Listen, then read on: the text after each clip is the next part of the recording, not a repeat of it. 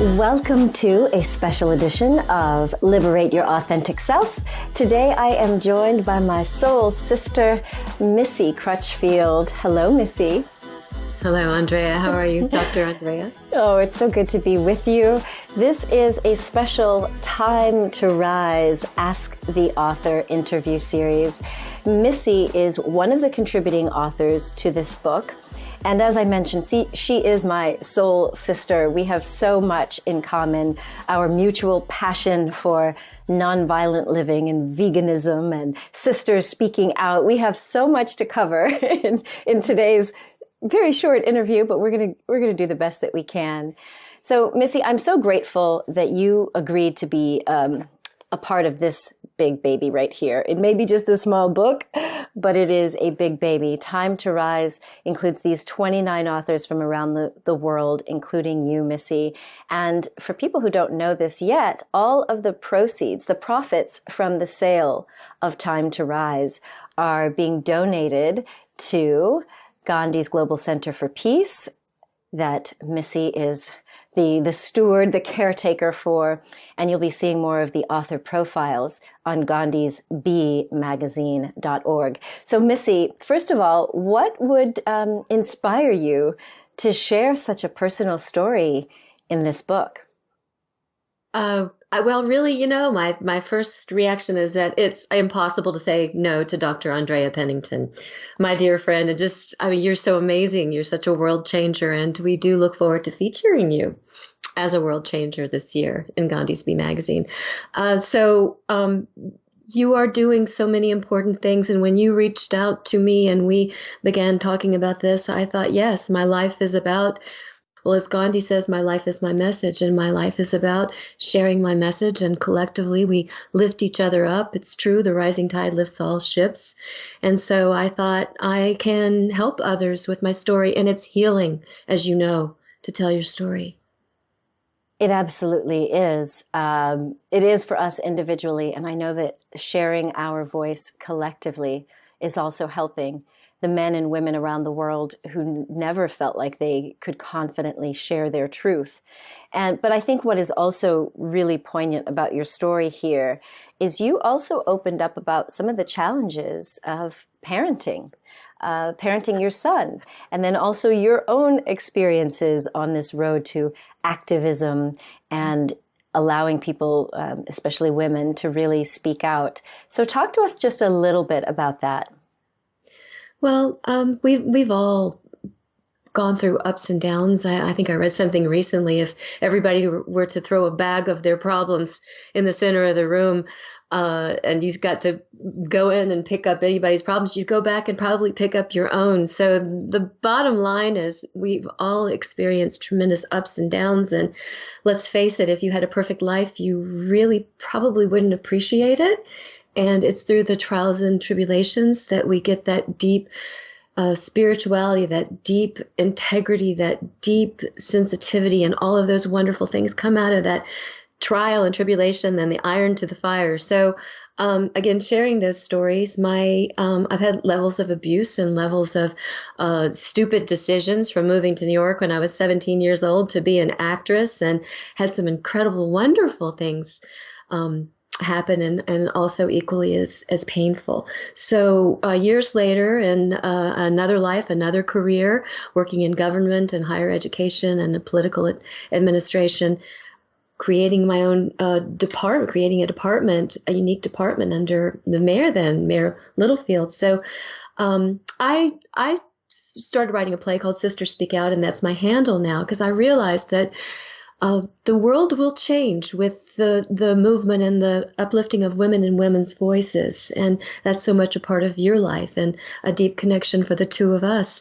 So and the Dalai Lama, His Holiness, says the world will be saved by, he says, the Western woman. And I think that's more about the dominance of media and the presence in the world, the voices that Western, and we are so multicultural here in the West, Europe, America, and so on, that it's that level of women and sisterhood that will reach out and grab and connect with all the women around the world. And through our compassion and nurturing, we will lift each other up, and our brothers. So, do you think this is going to be the year that you reinvigorate that play, Sisters Speak Out? Or just tell me in general, tell us, our audience in general, what was your vision with that play? Because it was truly revolutionary, the way that you designed it and all of the aspects that played into it with young people, young women. Yes, I do. 2018 will be the year. This is the summer. It's August. It's 10 years. And it was inspired by working and connecting with domestic violence issues and seeing an artistic project, the Clothesline Project, and feeling like those words, those powerful statements on the shirts, and many family members had written them to women perhaps that were killed in domestic violence. So let's inform our listeners, what was the Clothesline Project? It's an artistic creation where people who have been affected or had family members or loved ones who had been affected, impacted by domestic violence, they will take a T-shirt and write things, color, markers, etc. And I facilitated this with women at a women's shelter. And worked with this, and so I thought we've got to work more with the shirts. This is something that had been going on. I did not create the Clothesline Project, but I said we need to lift these words up more. There, after they pack it up, and the shirts have been on display, and the month of October, Domestic Violence Awareness Month, is over. Then you kind of forget about it. We can't forget about these women, these stories, and it needs to. I said put them on and dance them, and take the words, and I kept telling people let's do something with this words, because being an actress and words, and I've done radio and various things using voice, so nobody was doing it. So I said, okay, fine, I'll do it. So a few women, one woman actually collected the words and put them together for the first act, which is The Clothesline Speaks. And then we all got together and spoke them and recorded it and did a little mini documentary. And then the second one, I took it to the next level and really went deeper with girls empowerment, Sisters Speak Out and empowerment. And that became an after-school program at a girls' school to try to empower them and engage them in conversations that hopefully will protect them from date rape or no means no, really unpacking what respect means, and just lots of wonderful conversations that were empowering for women and girls. And then the last one is a fashion show, and every time we do it, we change it a little bit and get the girls to kind of get involved in what they were going to wear and focus on, we're walking in pride, we are turning in compassion and in respect, and instead of just beauty and makeup and flimsy kind of thin values, we were taking, so it was fashion and beauty from the inside out. And so you think you'll do it again this year? Yes, as a matter of fact, we have a little surprise. We're going to be talking to you soon because we want you to be involved in something hopefully we'll be doing in DC. Oh, it seems perfect to do it in the District of Columbia. Absolutely. And it really feels like 2018, 2017 was really painful for so many of us, whether we were affected personally or just watching in the media.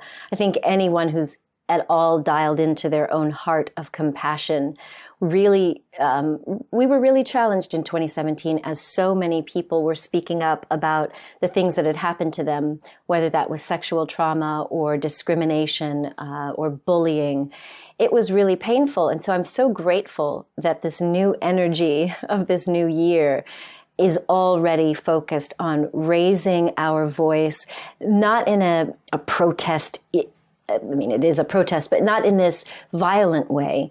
It's really in this spirit of true empowerment and connection and solidarity. So I feel like so many initiatives have come up. And I mean, I didn't know that was happening when the vision for Time to Rise came. That was September of 2017 when I started inviting these authors. So to have this book out and this moment in history where men and women are stepping up and saying, no more, time's up, we need to talk about these somewhat challenging and painful issues that have previously gone just swept under the carpet, under the rug, hidden. And as you know, I'm really passionate about getting out these voices because bottling up all of that shame, guilt, the trauma, the pain, the fear, and the anger all of those emotions and feelings, when they're bottled up, they can destroy us from within. And so by getting them out in a healthy forum where we can address it and heal it and then move forward, I love that you're bringing this creative aspect that says, yeah, let's get these messages out there, but then let's, let these young girls strut their stuff and twist and turn in this compassion and this sense of, it's time to rise up. It's time to honor who each of us is, our brothers and our sisters. We are one family. And I know I'm stealing your thunder because this is your message, honey. Oh, I'm loving it. Thank you. I'm like, yes, it is so beautiful to hear you speak it and how articulately. And it is time to rise, Andrea. You have, through your vision, this is your book, and we are all just blessed to be part of it, your village, to be part of your tribe. And you intuitively, and you have a movement that is just writing and connecting with all of this. And that's real self-love. And I'm so proud of you and honored to connect, because this is what this is all about. If we love ourselves, if we learn to let go of fear. Gandhi said that we think hate is the opposite of love. It's not, it's fear. And our society is so driven by being afraid. And, you need to buy this, or you won't be beautiful, or you need to drive this, or you won't be cool, and so on and so on. And we watch TV and we listen to radio. And so we are in dire need of shows and books and conversations like this that help wake people up to the fact that we are alive. We have this beautiful gift. We're human beings. We're all different, and love and our humanity and this beautiful planet. And I got to throw in for all God's creatures. We'll go there. Don't worry. We'll give it its proper placement. Don't worry. I know. I could go on a tangent. That is the most important thing.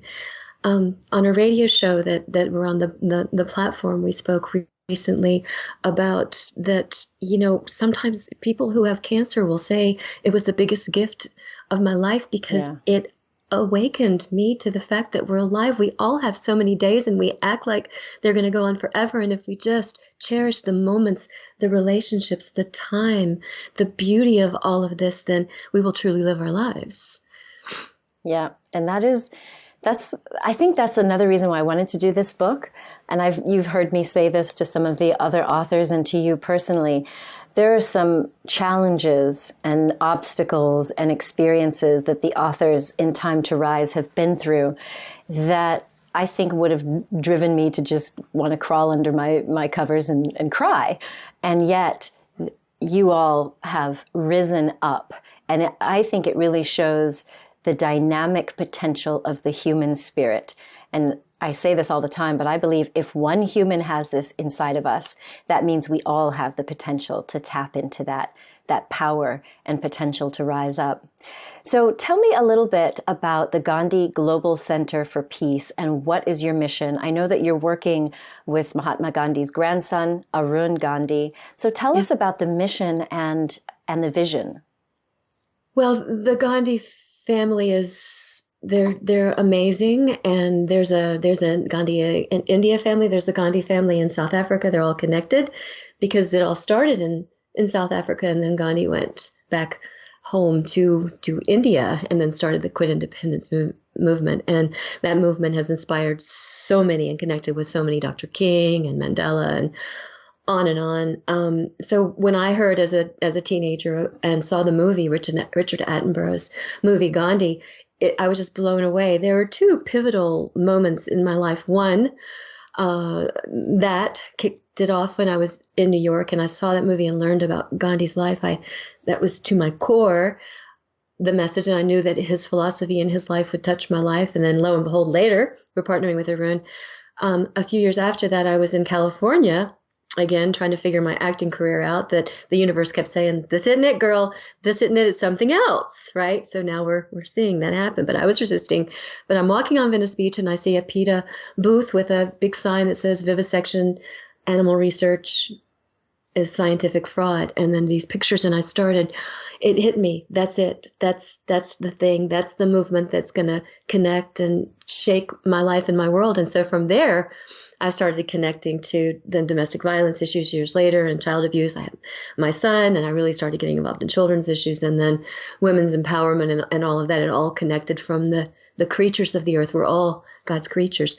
So the Gandhi Global Center for Peace, because Gandhi was not advocating any one religion, any particular faith, but that God is truth. God is, for Gandhi, it was truth. For many, it's love, but it all leads to the same. And so through creating the Gandhi Global Center for Peace and then Gandhi's Be magazine partners and share stories of world changers, like we'll continually share your work, your books, and your stories, Andrea, and organizations that we feel we've vetted and are authentically doing purposeful work, not just getting big salaries or, doing gratuitous things. We feel like we're sharing the stories that perhaps mainstream corporate, big media, et cetera, that are owned by, big companies. They're not telling the right story. They're not telling the truth, or they're not telling all of it. So we thought this is an opportunity, and then have the nonprofit and share Gandhian philosophy and share stories and help lift people up and ideas up. Because if Gandhi were alive today, and I told Arun this, I think he would be on the forefront of the vegan movement. Right. So, you've said that to me before, and I know you get a little bit of a pushback there. But when we get back from the break, let's pick it up there. So I'd like to hear, yes, what are your plans for the Gandhi Global Center for Peace going forward? And yeah, we definitely have to talk about the change when we get back.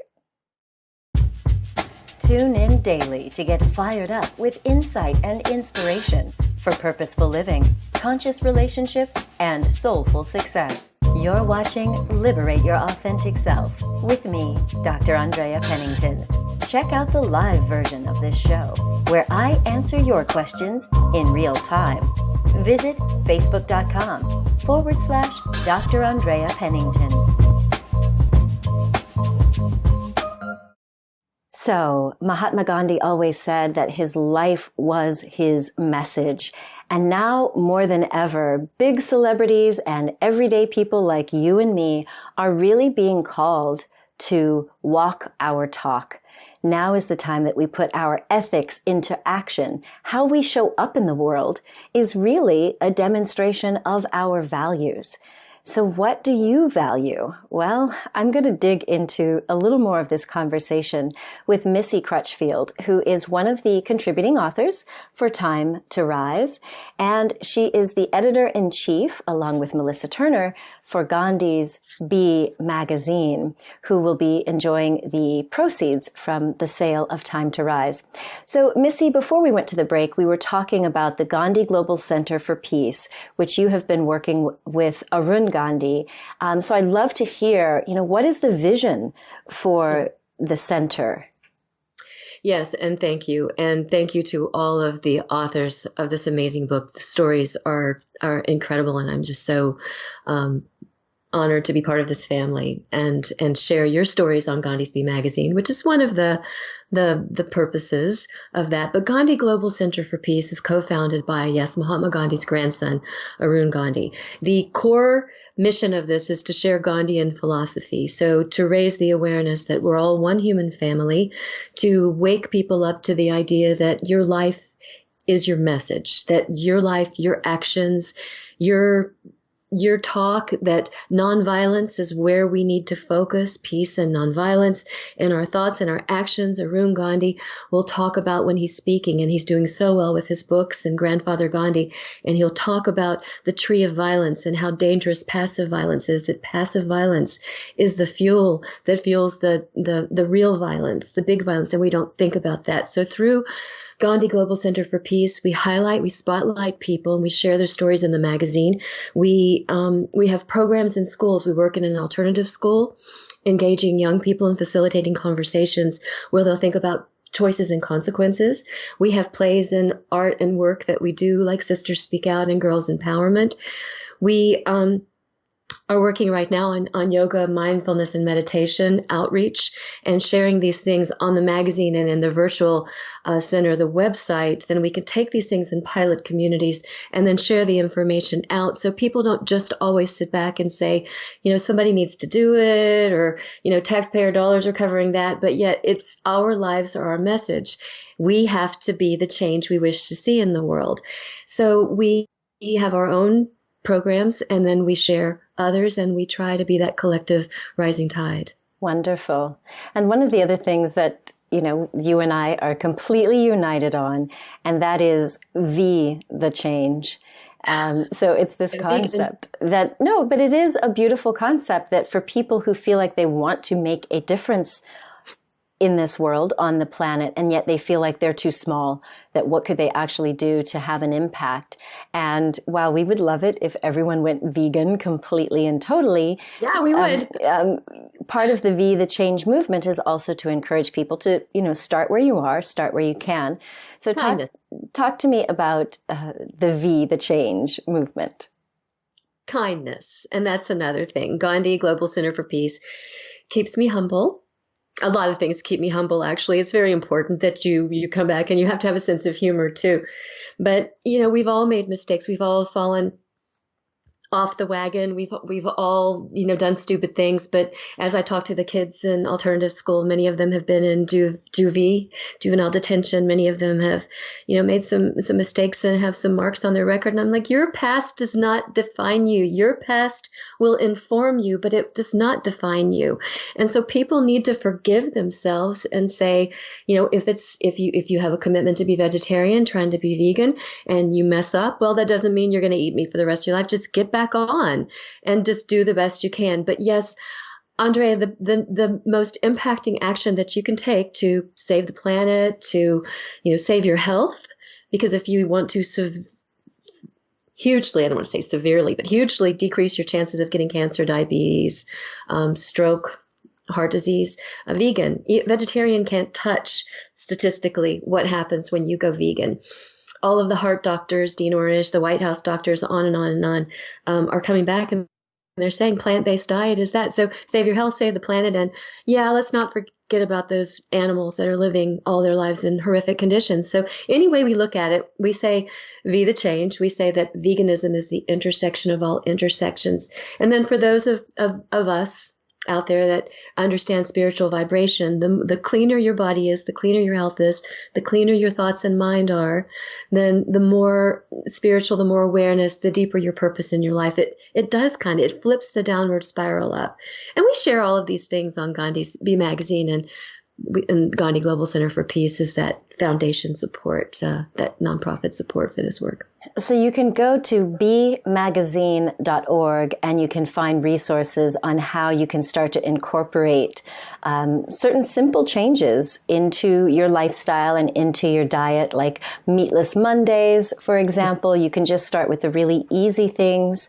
You have a full sort of get started with veganism toolkit, which I found really helpful as well. But I love that you're showing people that what you've described as like the intersection of all nonviolent movements is really here in recognizing that animals do suffer. And if we're eating animals that have suffered, and I mean, we don't need to make this super graphic, but you and I have talked about some of the really horrific conditions that the humans, I mean, most people focus on the animals in slaughterhouses and in the food manufacturing plants, but there's also humans that are also suffering in the process. And so it's the concept that you're being surrounded by that energy of fear, of desperation. You are what you eat. Absolutely. You're what you think, you're what you walk, you're what you speak, and you're what you eat, because your eating is also your fuel. Your actions fuel society. And if you're putting out compassion and kindness, then, that what goes around comes around. But if you're eating garbage and toxic things and taking drugs and all of that, well, you're not thinking clearly, and then it gets really out of whack. But you mentioned all the human issues that are connected with the eating meat and the slaughterhouses. There's worker wages. I mean, there's not going to be any kind of like promotions in the slaughterhouse. These people are mostly brown and black people, minorities. They're people that are doing horrific work. The threshold, it keeps increasing, 100 animals an hour. And a lot of some of the chicken companies, they were caught. The workers were wearing diapers because they wouldn't give them breaks and bathroom breaks. And then there's the objectification of meat in advertising and women's bodies, breasts, rump, all of this. So these things work on our thoughts, our thinking process, our minds subliminally. We do have to talk about patriarchal culture, not in a male bashing, let's beat them up because, these are our brothers and sisters, our husbands, our fathers, our so on. But we do need to unpack a lot of the things that are part of a patriarchal society as we move forward with women's empowerment and ideas around nurturing and love that are very feminine ideas coming in. And we need to lift up these feminine healing ideas, these compassionate ideas. Men, we all have masculine and feminine attributes. Well, it's time that we all, male and female, lift up our feminine, nurturing, compassionate ideas and create a world from there. And this idea about embracing this sort of feminine energy, I know that ties in a lot to your passion for Mother Earth and Gaia, as she is known. So talk to me a little bit about your vision for Gaia Talks. This is a program that you've asked me at Make Your Mark Global to really partner with you on. So let's talk about that. What is Gaia Talks? The Earth Speaks. Gaia Talks, the Earth Speaks, absolutely. And she is speaking to us. It's Mother Earth and Father God. I mean, there's forces around us. Call it what you want, name it, whatever, however it speaks, and you filter it. We have these amazing forces in the world, but we are living on a physical planet that is living, breathing, growing, protecting us, the air we breathe, and we act like, I don't need this air. I don't need these beautiful vegetables growing out of the ground. I don't need this water. And it's kind of insane. This is part of the outcome of when the world goes out of balance, like the Hopi elders say, Koyaanisqatsi, life out of balance. And we need to, by the way, listen to indigenous peoples and their words, native peoples around the world. And that's also part of what Gaia Talks, the Earth Speaks. So you're looking at this idea of Mother Earth and how can we nurture and protect her, because that's nurturing and protecting human life and all life, but also lifting up the wisdom and really taking a deeper non-mainstream look at the words and wisdom of our elders, our native elders, the indigenous peoples, because they are speaking and striving literally with this information to try to save the world and save all of us. So Gaia Talks, the Earth Speaks. Think not TED Talks, think kind of the not so one person glam, which you have been on and amazing, your TED Talk, and I love TED Talks, but think more conversations and actually being open to having people on location in sacred places and invited guests who are sharing these beautiful words and wonderful writings and letting the earth speak through all of us in not such a prepared, prepackaged way, and let this kind of speak and become this entity sort of filtered through all of this compassion and the people there in the circle on the platform where we're speaking, and record that and be there and video. We want to do something, Andrea, in Tibet and on Everest, and I'd love for you to share some of that, because I get so excited. You're leading that tour, and that'll be a kind of a second kickoff for Gaia Talks, the Earth Speaks, but it will and does have a life of its own. And that's the way the vision came to me a few years ago. And to connect and partner that at inception, really, of its birth with you and co-create it is an honor. Well, I think the thing that was cool about it for me is that 2018 is a big year for video for me and for my company with doing documentaries. And the idea of flying around the world to sacred sites and inviting local experts, if you will, inviting others who want to fly with us to these spiritual sites, kind of like a spiritual retreat, but then getting together and having these conversations, these dialogues, that to me sounded really powerful. Because I think for many of us, when we hear an expert talking about why they're so passionate about saving the earth, wouldn't it be interesting if we could actually be in some of these sacred sites where you really get the sense of, this is what we're protecting. This is the energy we're tapping into. So it takes it out of the head and brings it into the heart and the experiential element, which is what I love about documentaries, is when we can add the visuals and the sound and the music and create this atmosphere. It can be not just entertainment, it can be transformational. So I love this idea of us partnering on that. And for me, I think we are definitely at a time where whatever skepticism there is about, global warming, there are certain realities that we can all appreciate. We know that there's landfills that are filled to capacity. We know that the ocean is polluted. We know that there are species that are dying off. And that's because of our human activities. I'm not even talking about the ozone layer and all the, the greenhouse gases. Like, we really do need to recognize that we're not separate from the earth. We're not these dominant creatures on this planet. We are one with this entire ecosystem. And as soon as we start to recognize that this is my home, these are my family members, and even though I may not want to go hang out with a tiger, I don't want to be responsible for the tiger's death, Exactly. I mean, on one hand, we are at a tipping point of all tipping points on all levels. On the other hand, the resilience and the brilliance of the human spirit and our purpose. I mean, what if this is the moment that we were all born for, that with the technology and the brilliance, the knowledge, the research that we have, we all of a sudden flipped it and changed it up for good and not for greed, and said, okay, together, let's all just agree to let go of our egos and let go of the, rat race and the dog eat dog kind of mentality and the war, and let's put all of our energy and ideas and thought and compassion and energy toward saving this planet and saving each other. And I believe that this is what is getting ready, or what's happening now. This is what this conversation, and Gaia Talks, The Earth Speaks, will be part of documenting, empowering as we go to place, where think of it as seeds, planting and watering and collectively saying, we hear you. And what about this? Let's think about this around with the locals, and then the others that we're visiting, those experts, but then it's the local people, and showing we're all the same and we all want to live and find happiness and be healthy and coexist. I love it. I love it. Now, I know we could go on forever, but we do have to wrap things up. So I want to invite our listeners and our viewers to visit bemagazine.org. Gandhi's Be Magazine does, as Missy mentioned, it profiles change makers from around the world, people who are making a difference, and it gives you new perspectives on what you can actually do.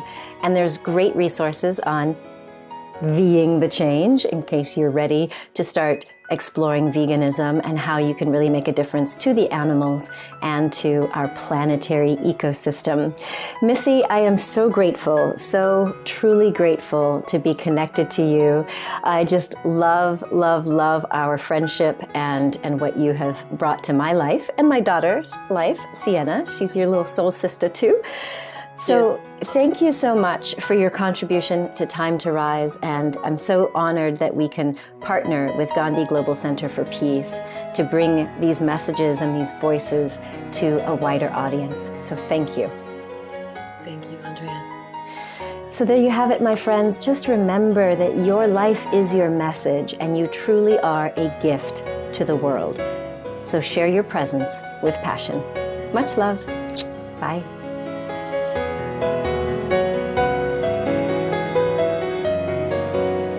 How do you pick yourself up when life knocks you down? Perseverance, grit, determination, resilience.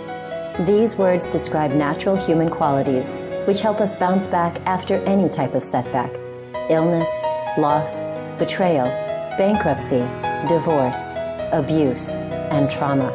No one is immune to experiencing the tragedies of life at some point.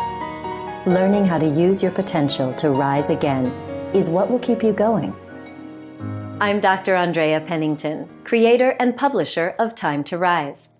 In Time to Rise, 29 inspiring changemakers share their personal stories of transformation to prove that you can reclaim your life, find your purpose, and re-emerge as the powerful creator that you are. It can be tempting to think that the people who succeed in life or who recover after major devastating loss are special or somehow endowed with magical powers. The reality is, within you are the very same powers. You have the potential to live a life of meaning and purpose in alignment with your values. You have the right and the power to reclaim wellness, live with vitality, and enjoy real happiness. Get your copy of Time to Rise and enjoy free gifts with your purchase. May this book help you reconnect to who you really are. May you find peace and hope. May you claim this moment as your time to rise. Visit timetorise.me and buy the book anywhere books are sold.